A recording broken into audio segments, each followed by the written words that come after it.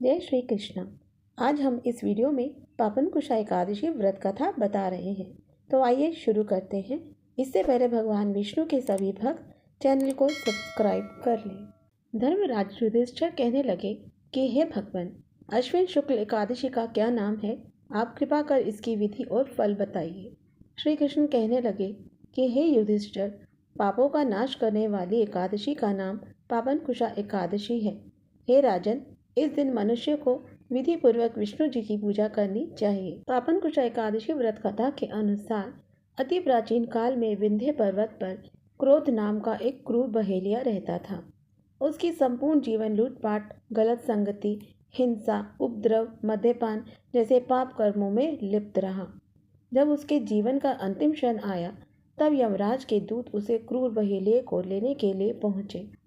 तब यमदूत के दूतों ने बहेलिये से कहा कि तुम्हारे जीवन का समय समाप्त हो गया है और शीघ्र ही हम तुम्हें लेने आएंगे। यह सुनकर बहेलिया बहुत डर गया तथा अंगिरा ऋषि के आश्रम में पहुंच गया। ऋषि अंगिरा के चरणों में गिरकर निवेदन करने लगा कि हे मुनिवर, मैंने जीवन में अपने बहुत पाप कर्म किए हैं।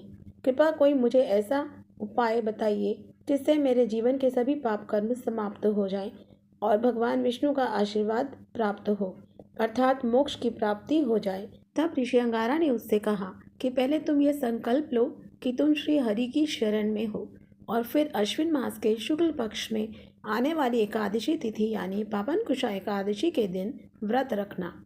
इससे तुम्हारे सारे पाप नष्ट हो जाएंगे, जिसे तुम्हें नरक भी नहीं भोगना पड़ेगा। ऋषि के कहने पर उस बहेलिया ने इस विधि से व्रत किया। इस व्रत के प्रभाव से उसे यमराज के दूतों से मुक्ति मिली और श्री हरि की शरण प्राप्त हुई। तब से ही पापनकुशा एकादशी का व्रत किया जाने लगा। जो लोग भी अपने पापों से मुक्ति पाना चाहते हों, उन्हें इस दिन व्रत करना चाहिए।